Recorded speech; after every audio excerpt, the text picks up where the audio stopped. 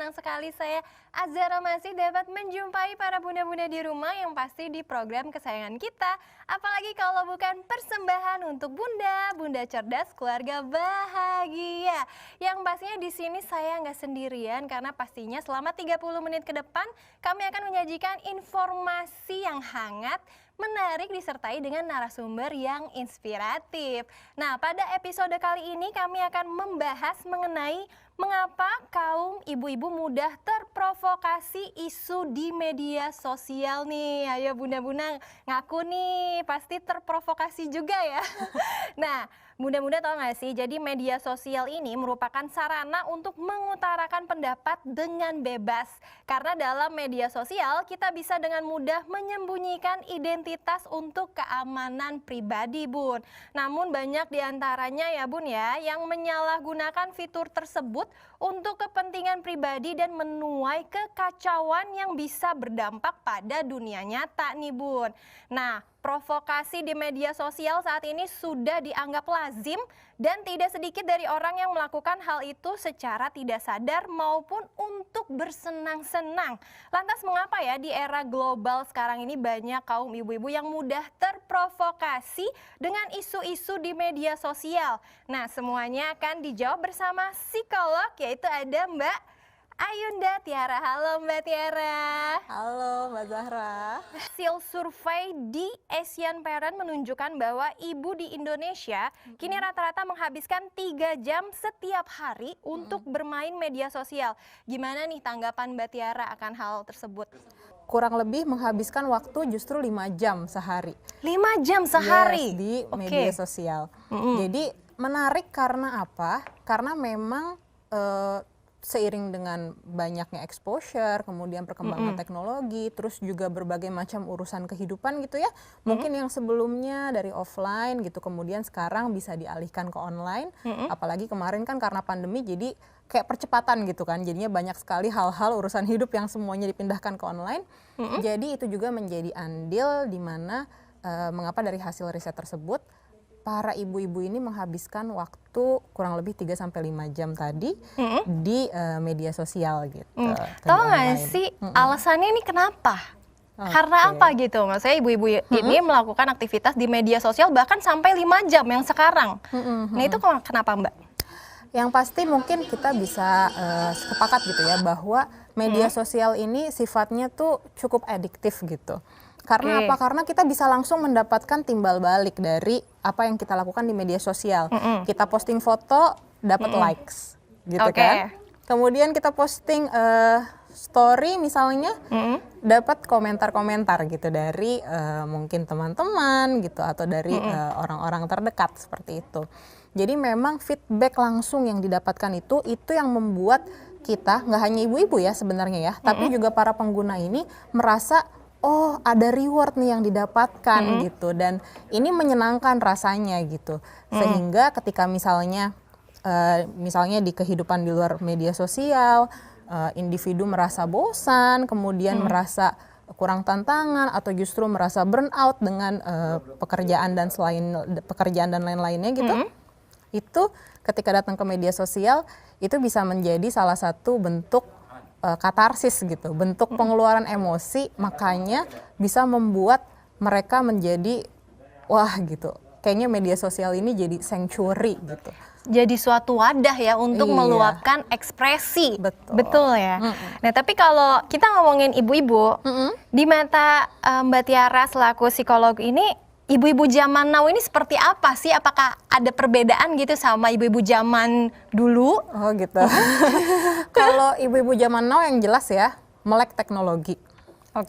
Exposure-nya banyak gitu. Dan dengan exposure yang banyak, itu sebenarnya bisa berpeluang menjadikan para ibu-ibu ini bisa jadi semakin lebih kreatif, kemudian juga bisa jadi semakin lebih cerdas memperoleh banyak informasi-informasi seputar kehidupan sehari-hari gitu kan. Bisa seperti itu jika dipergunakannya memang dengan baik gitu. Jika tidak? Kalau jika tidak dipergunakan dengan baik, mungkin ada hal-hal yang miss gitu ya, justru malah masuk ke platform-platform yang mungkin nggak produktif gitu. atau yang justru jadinya menambah kecemasan diri, terus juga menambah ketidaknyamanan terhadap diri sendiri gitu. Itu akan membuat mungkin ibu-ibu jadi lebih tidak percaya diri, lebih menarik diri, kemudian juga bisa jadi para ibu-ibu ini menjadi lebih banyak gitu membandingkan antara diri sendirinya dengan kehidupan orang lain gitu, di mana bisa jadi jadinya ya nggak produktif gitu untuk keluarga. Jadi ada istilah iri gitu. Betul. Ya bagi ibu-ibu ini. Tapi sebenarnya faktor penyebab ibu-ibu sekarang kan berarti lebih rentan ya terprovokasi media sosial, karena ya tadi kan menggunakan media sosial itu bahkan 3 sampai 5 jam. Betul. Nah, sebenarnya penyebabnya sendiri apa sih? Kenapa gitu ya ibu-ibu menjadi lebih rentan terprovokasi di media sosial? Sebenarnya terkait dengan rasa empatik sebenarnya, dan juga shared emotions kalau kita bahasanya. Jadi emosi-emosi atau perasaan-perasaan yang shared satu sama lain, yang rasanya tuh kita berbagi satu sama lain, kamu sedih, aku juga sedih, kamu marah, aku juga marah. Dan kebutuhan misalnya untuk fitting ke dalam suatu komunitas atau ke dalam suatu kelompok tertentu gitu. Dan itu kan sebenarnya kan basicnya manusia gitu kan, perlu untuk belong in some group gitu, jadi nggak merasa sendirian, merasa bagian dari suatu kelompok. Nah, kenapa ketika it comes to media sosial terkesannya jadi terprovokasi? Karena itu dia tadi kan, ketika misalnya ada berita-berita yang kok kayaknya bikin marah gitu, kemudian ditambah lagi dengan disebar kemana-mana gitu, nah itu bisa jadi membuat para ibu-ibu ini terkesannya jadi ikutan marah-marah juga gitu, jadi ikutan terprovokasi. Mungkin yang lagi rame belakangan yang tentang salah satu serial perselingkuhan yang lagi rame itu kan juga sebenarnya salah satu bukti gitu bahwa sebenarnya ada shared emotions di situ dan ada empati di situ kan, ada merasa satu sama lain kayaknya kita belong gitu, kayaknya kita harus bersama-sama nih sebagai satu ibu-ibu gitu. Berarti didasari akan adanya empati.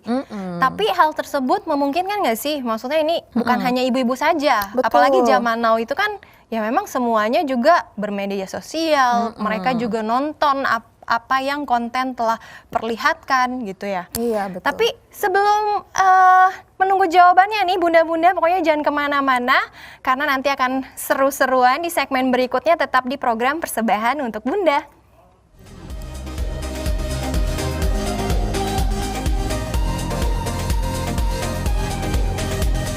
Beritanya. Selain itu, berhenti untuk menyebarkan berita yang belum kita pahami agar pesan hoaks tersebut terhenti. Kenali ciri berita hoaks dengan cara berikut. Umumnya, judul berita hoaks menyerang atau merendahkan individu atau kelompok. Informasi tidak dilengkapi sumber berita yang jelas maupun nama penulis. Pihak yang menerbitkan tidak jelas dan tidak bisa dipercaya. Dan untuk menghindari berita hoaks, bisa lakukan cara di bawah ini. Dapatkan informasi hanya dari kanal berita yang terpercaya. Pastikan berita yang dimuat benar adanya dengan cara membandingkan dengan kanal berita lain. Dan jangan langsung percaya terhadap suatu berita tanpa memahami isinya. Hidup bebas dari jebakan hoaks.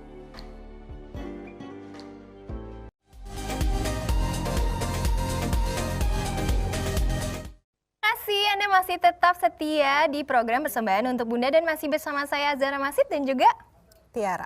Iya, nah tadi kita akan melanjutkan pertanyaan tadi nih. Apakah memang hanya ibu-ibu saja nih yang rentan atau merasakan empati untuk merasakan emosional dari suatu konten atau tayangan atau berita, ataukah semua orang kalangannya? Yang jelas adalah semua pengguna internet, semua pengguna media sosial itu rentan untuk yaitu dia tadi jadinya merasa terprovokasi, mungkin yang disebabkan oleh perasaan empati tadi gitu ya, atau perasaan untuk berbagi emosi satu sama lain gitu. Jadi nggak hanya ibu-ibu aja, tapi juga anak-anak muda gitu kan, bahkan kalau untuk anak-anak muda yang remaja gitu, mereka kan pada saat itu tuh identitas dirinya itu lagi berfokus pada aku itu adalah teman-temanku gitu. Jadi identitas dirinya itu sangat erat berkaitan dengan identitas peer group, identitas pertemanan yang sedang mereka alami gitu. Nah, jadi apa yang teman-temannya share, apa yang teman-temannya sedang bahas tuh hasrat dia untuk gabung, hasrat dia untuk join, untuk membahas hal tersebut tuh besar gitu, dan itu juga menjadi salah satu kelompok rentan juga gitu. Tapi kalau kita ngomongin dampaknya ya, baik positif maupun negatif, bagi ibu-ibu yang terprovokasi ini seperti apa ya? Secara psikologi. Oke. Kalau untuk dampak positif gitu ya, kalau misalnya kita bicara tentang provokasi kan mungkin sudah jelas gitu ya bahwa provokasi itu bukanlah suatu hal yang positif gitu. Tapi ketika kita misalnya berbicara tentang dampak positif ketika para ibu-ibu ini bergabung di sosial media, kemudian merasa empatik, merasa ada shared connection gitu dengan para ibu-ibu lain, itu mereka kalau dipergunakan dengan benar, mereka akan bisa saling berbagi, jadinya merasa tidak sendiri gitu. Apalagi kalau misalnya di platform ibu-ibu tuh, terutama misalnya ibu-ibu baru gitu kan, rasanya sedih nih kok anaknya nempel terus ada ibu-ibu lain yang bilang sabar Bu, tenang aja saya juga. Itu kan membuat dia menjadi oh iya ternyata aku nggak sendirian gitu. Terus akhirnya jadi bisa saling sharing tentang berbagai macam isu segala macam di kehidupan, baik itu misalnya keluarga, tentang anak, atau tentang juggling antara pekerjaan dengan mengasuh anak, seperti itu gitu. Tapi memang tidak bisa luput dari dampak negatifnya gitu ya Mbak Zahra ya. Karena dampak negatifnya mungkin gak cuma ibu-ibu aja yang merasakan ya, tapi kita juga kadang gitu ketika melihat, wah kok yang lain kayaknya hidupnya lebih enak ya, kok kayaknya hidupnya lebih mulus-mulus aja ya gitu. Kita lupa bahwa yang ditampilkan di media sosial itu bukanlah kehidupan dengan keseluruhan. realita. Betul sekali. Padahal itu kerap sekali membuat diri menjadi kok kayaknya aku nggak segitunya ya, malah jadi ngerasa tidak percaya diri, merasa rendah diri gitu. Itu kalau misalnya ternyata tidak berdampak baik untuk diri kita. Nah tapi kalau misalnya meningkatkan literasi di media sosial agar lebih memahami informasi dan tak tergiring opini yang mungkin disebabkan oleh buzzer. Misalnya apalagi mungkin di zaman politik sekarang, buzzer itu kan banyak berkeliaran untuk memprovokasi banyak orang, banyak halangan. Nah ini gimana nih Mbak Tiara? Ya yang pasti kita perlu perhatikan yang pertama adalah medianya. Media tersebut yang nge-share itu kredibel atau enggak gitu. Kemudian juga misalnya sumber beritanya dapatnya dari mana, anonim atau tidak gitu. Kemudian juga perlu ada teman diskusi juga, salah satu yang bisa juga kita lakukan untuk mencegah gitu ya, supaya kita bisa memperoleh sudut pandang yang setidaknya lebih kaya atau lebih objektif gitu. Nah ciri-cirinya itu apa? Misalkan kita harus mencari tahu ya, misalnya yang kredibel itu seperti apa. Nah ada nggak sih ciri-ciri khusus supaya bunda-bunda di rumah juga tahu nih seperti apa, yang supaya kita tidak terprovokasi atau bahkan tidak terpengaruh?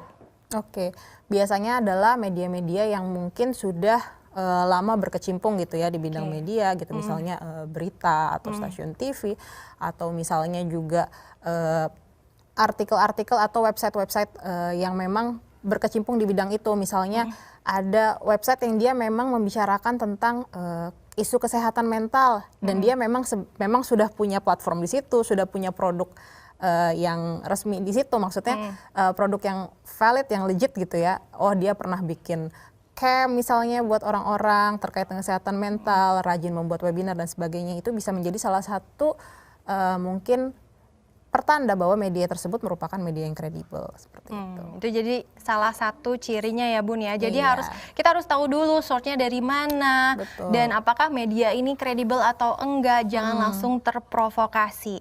Dan selain itu ya Mbak Tiara, kira-kira adakah faktor lain selain media sosial yang memicu ibu-ibu ini mudah terprovokasi, baik dari lingkungan sekitar atau bahkan mungkin circle-nya dari para ibu-ibu ini? Oke. Faktor-faktor gitu ya yang mungkin mempengaruhi seorang ibu tuh jadi lebih gampang terprovokasi selain dari atau media enggak. gitu. Oke. Yang pasti lingkungan sekitar gitu. Lingkungan sekitar, circle pertemanan, kemudian juga circle diskusi dari ibu-ibu tersebut gitu, ataupun keyakinan atau belief yang kurang lebih sama. Kadang ketika keyakinan atau beliefnya itu kurang lebih sama, akan lebih mudah untuk orang tersebut jadi lebih terprovokasi, seperti itu. Waduh, seru banget nih bincang-bincang kita. Tapi nanti saya akan kulik kembali di segmen selanjutnya yang pastinya akan lebih seru. Jadi jangan kemana-mana karena pasti di sini kita seru banget untuk membahas bunda-bunda di rumah agar tidak terprovokasi. Salah satunya tadi kita harus benar-benar jeli memilih mana yang search yang tepat. Yes. Dan kemudian edukasi terkait dengan literasi media. Dan itu juga dilihat dari pertemanan juga. Dan tapi itu pertemanan ini mempengaruhi juga nggak sih? Maksudnya agar misalnya nih saya kan berteman nih sama Mbak Tiara.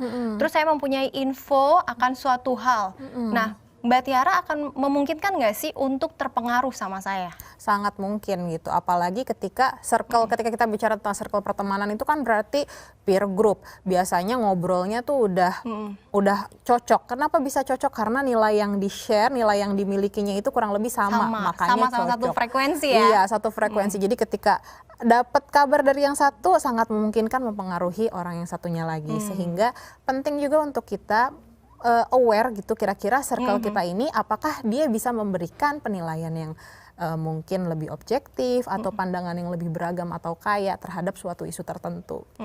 Tapi kalau misalnya para ibu-ibu ini tidak sependapat gitu, nah terus bagaimana agar satu sama lain ini tidak terprovokasi? Apalagi kan kalau berteman ini kita satu frekuensi ya, kayak gitu.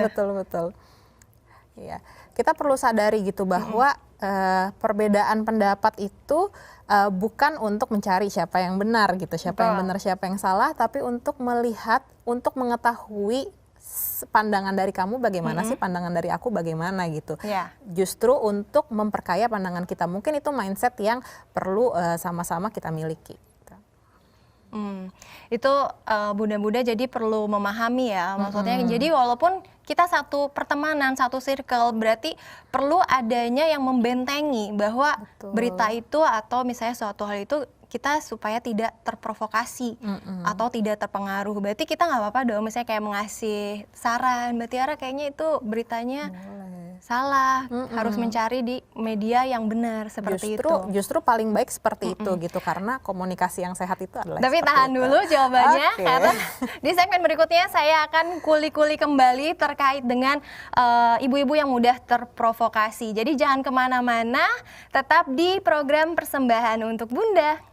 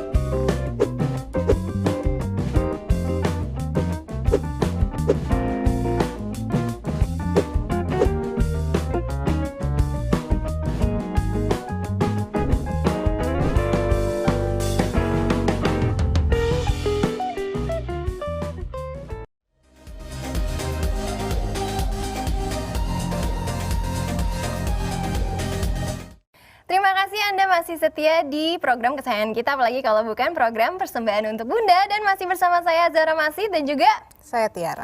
Iya Mbak. Nah tadi lanjut pertanyaan mengenai kerentanan dari terprovokasi. Jadi kan ibu-ibu zaman sekarang ini juga lebih rentan mengalami yang namanya kecemasan dari bermain sosial media. Nah itu gimana tanggapan dari Mbak Tiara? Oke. Ya di sini yang menarik adalah sebenarnya berbagai penelitian itu menunjukkan memang bahwa tingkat kecemasan digital itu berkembang sangat signifikan selama 5 tahun terakhir gitu. Jadi memang tadi balik lagi sebenarnya ya, tidak hanya ibu-ibu tapi juga orang-orang lainnya gitu. Karena apa? Karena kita lebih terexposure oleh kehidupan orang lain, kita lebih terexposure oleh kegiatan orang lain, kemudian kebiasaan orang lain yang mungkin sebenarnya tidak sesuai atau tidak pernah kita temui sebelumnya gitu. Karena kan maksudnya setiap orang kan biasanya tumbuh dengan lifestyle masing-masing, tumbuh dengan caranya masing-masing gitu. Nah, ketika semuanya terbuka secara luas, dampak positifnya kita jadi lebih bisa belajar, negatifnya itu dia tadi menghasilkan rasa-rasa insecure, cemas gitu, bahwa apa yang saya lakukan selama ini udah benar belum ya gitu. Yang saya lakukan selama ini apakah baik? Terus kok saya belum sampai sedia? Hal-hal yang seperti itu. Tapi penyebab kecemasan ini bisa didasari tidak sih dari faktor misalkan kayak ibu-ibu ini kan banyak yang mengeluarkan aktivitas mereka di media sosial, bahkan menjadi wadah untuk ekspresi mereka 3-5 jam ini karena mereka nggak ada aktivitas di rumah aja, makanya mereka bermain gadget, bermain media sosial. Ada nggak sih Mbak? Mungkin bukan karena justru biasanya lebih karena burnout gitu, karena kan sebenarnya para ibu-ibu ini di rumah tuh sebenarnya banyak sekali gitu, kalau misalnya bilang kegiatannya tuh non-stop gitu ya. Kegiatan domestik, kemudian mengurus suami, kemudian jika ada pekerjaan juga mengurus pekerjaan gitu. Nah kadang ketika rutinitas terlalu saling berkejar-kejaran gitu, saling beradu, kadang kan butuh gitu jadinya katarsis, kemudian tadi butuh tempat untuk penyaluran emosi, butuh tempat untuk bersenang-senang gitu dalam tanda kutip gitu. Yang paling gampang yang diakses ya dari handphone gitu kan. Kita nggak perlu keluar, cukup scrolling biasanya udah bisa bikin happy gitu. Biarpun itu dia tadi kadang selain bikin happy juga bikin ada perasaan-perasaan yang lain. Makanya penting sekali untuk kita semua gitu ya, terutama mungkin untuk ibu-ibu di rumah juga, untuk lebih aware mengenai penggunaan dari media sosial ini. Tapi sebenarnya efek yang mereka dapatkan, misalnya ketika mereka meluapkan emosi, bahkan cerita soal permasalahan keluarga pun tertuang di media sosial. Nah, apakah mereka dapat benefit gitu dari setelah memposting atau setelah mereka cerita di media sosial mereka, oh I'm happy with that gitu? Mungkin terkait dengan instant reward yang tadi sudah saya sampaikan di awal gitu, bahwa terlepas dari reaksi positif atau negatif, but you got that reaction gitu. Dan maksudnya ketika orang berusaha sharing sesuatu itu kan bisa dibilang pasti ada reward yang diharapkan gitu, yaitu reaction itu gitu, feedback dari orang-orang sekitar. Iya betul sekali, feedback gitu. Jadi mungkin itu dia tadi, kembali lagi ke value masing-masing. Ketika misalnya kita melihat kok orang itu terlalu overshare ya gitu, kemudian emang bakalan kayak gimana sih? Nah mungkin untuk mereka ada hal benefit yang dia dapatkan yang kita nggak tahu gitu. Tapi memang kalau kita bicara tentang idealnya, memang sebaiknya tidak dilakukan tuh overshare seperti itu gitu. Karena itu dia tadi, dunia digital itu luas, tanpa batas, kita nggak tahu apa yang kita share itu nantinya akan kemana gitu. Sehingga perlu sekali gitu untuk kita itu dia tadi balik lagi aware apa yang kita posting, apa yang kita share, yang harapannya supaya tidak membahayakan ke diri kita sendiri maupun orang terdekat kita. Iya, terkait bahaya ya bunda-bunda ini juga harus hati-hati karena terlalu overreaction ini jejak digitalnya juga pasti akan ada. Dan orang biasanya akan mencari-cari masalah. Nah, gimana caranya supaya kita nih sebagai bunda-bunda di rumah agar tidak mengalami yang namanya overreaction di media sosial kita sendiri? Oke, yang pasti adalah kita perlu membatasi diri kita untuk penggunaan media sosial. Maksudnya membatasi itu seperti apa gitu ya? Maksudnya adalah sebenarnya kurang lebih sama gitu kan. Di setiap aspek kehidupan itu kita perlu ada batasan tertentu gitu. Nggak bisa sembarangan gitu kan. Termasuk juga di media sosial. Apa yang bisa kita batasi? Misalnya durasi penggunaan. Kemudian akun-akun yang kita follow. Kalau misalnya memang akunnya udah nggak sparks joy lagi, kita udah terlalu kesel, kok banyak sharing yang nggak, unfollow atau block misalnya seperti itu. Atau follow akun-akun yang menurut kita berfaedah untuk kita gitu. Akun edukasi lah dan sebagainya gitu. Atau sekedar akun yang happy-happy, humor gitu, itu juga boleh banget gitu kan. Kemudian juga sharing gitu dengan misalnya dengan pasangan atau dengan anggota keluarga terdekat tentang isu-isu yang kita dapatkan, yang kita lihat di media sosial gitu. Jadi harapannya apa? Supaya kita bisa lebih dapat nih pandangan kalau menurut kamu kayak gimana gitu. Jadi sharingnya juga bukan untuk tahu nggak gitu. Tapi sharingnya tuh memang untuk mendapatkan, niat awalnya tuh udah kita set untuk mendapatkan pandangan yang lebih kaya. Jadi kalau menurut kamu gimana? Aku tadi baca katanya begini gitu. Jadi harapannya supaya itu dia tadi pandangannya lebih kaya dan lebih banyak, lebih untuk bijak menggunakan sosial media. Tapi kan kalau kita melihat di zaman yang sekarang ya akan sulit gitu. Apalagi mungkin mereka keingintahuannya lebih banyak. Untuk memfollow sesuatu. Bahkan misalnya udah di-unfollow tapi mereka mencari tahu nih di feed-nya infonya seperti apa dan mereka saling berbalas komentar. Nah itu untuk mengurangi itu apakah memang memerlukan aktivitas tertentukah atau bagaimana Mbak? Tadi sebenarnya ini kembali lagi ke poin yang batasi penggunaan tersebut gitu ya. Nah, membatasi penggunaan media sosial ini tadi bisa dengan seperti yang di insight sama Mbak Zahra gitu kan, seperti bisa melakukan kegiatan lain gitu, atau dengan sepenuhnya aware perasaan kita pada saat kita memutuskan untuk bersosial media. Kasarannya kalau misalnya kita sedang merasa down atau kita sedang merasa insecure, lebih baik dihapus aja deh mungkin ya aplikasi media sosialnya supaya tidak menyebabkan yang enggak gitu yang membuat kita jadi makin down atau justru membuat kita jadi overshare hal-hal yang seharusnya tidak perlu di-share gitu. Aduh, seru banget nih Bun. Nah, selanjutnya situasi akhir hari ini kan mengenai informasi di media sosial ini cenderung menyudutkan pihak tertentu dan terkesan memecah persatuan dan rasa persaudaraan di antara anak bangsa.